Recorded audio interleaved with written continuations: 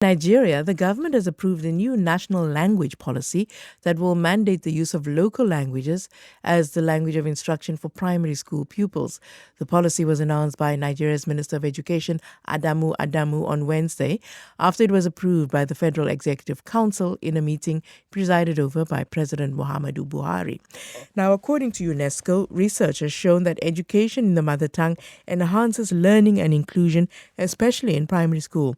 It closes knowledge gaps and increases the speed of learning and comprehension. Kola Tubosun is a Nigerian writer, linguist, and language rights activist, and currently a consultant for the Oxford English Dictionary. The policy is not new.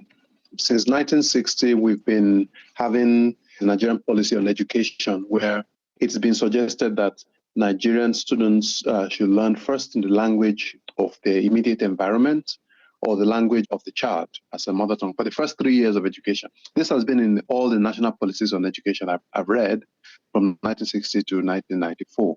So when I saw this, I wasn't as enthused because we've heard it many times. The problem is not the announcement, the problem is the implementation. But over the years, we haven't had enough teachers, and that's been a big issue. And the development of educational materials has not been consistent. So even though the policy on paper is sound, it has not been well implemented. Of course, there are also issues of multilingualism of Nigeria. How do you enforce a language on a country that speaks about 521 or so official languages as the current record? Do you think that with this new announcement that this policy that has been on the books for however long will now be implemented and all the things that you say need to be put in place for it to be effective will now happen? I'm not optimistic. That's because it's been there all the while, and I haven't seen any serious efforts on the part of governments to make this happen.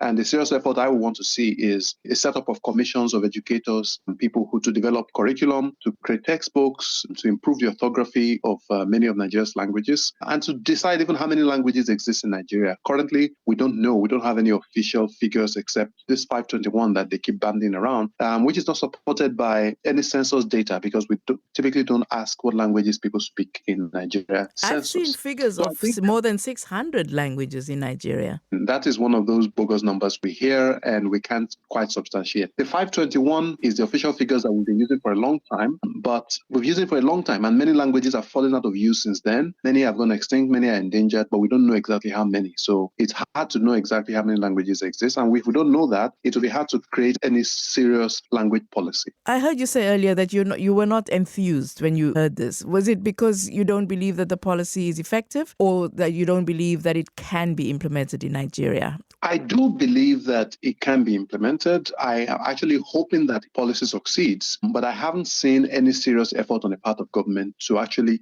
set up the processes that would make it implementable. Until we can see that, it usually just sounds like one of those things that government announces because they know it sounds nice and they don't follow through. What is the benefit of mother tongue education at that early level? There are many. One of them is that it helps the languages survive. But for the benefit of the individual, we know that people who learn in the language they speak more intimately tend to do better, to have better outcomes. So in many families where the mother tongue is used in the home, by the time they come to the school system, after like a few years of learning at home, by the time they get to school and they're exposed to English on the first day, many of them get set back because then they have to transition from using the language they've been using in the house to then learning in English immediately. And that's Kola Tubosun, a Nigerian writer, linguist, and language rights activist, and is also a consultant for the Oxford English Dictionary.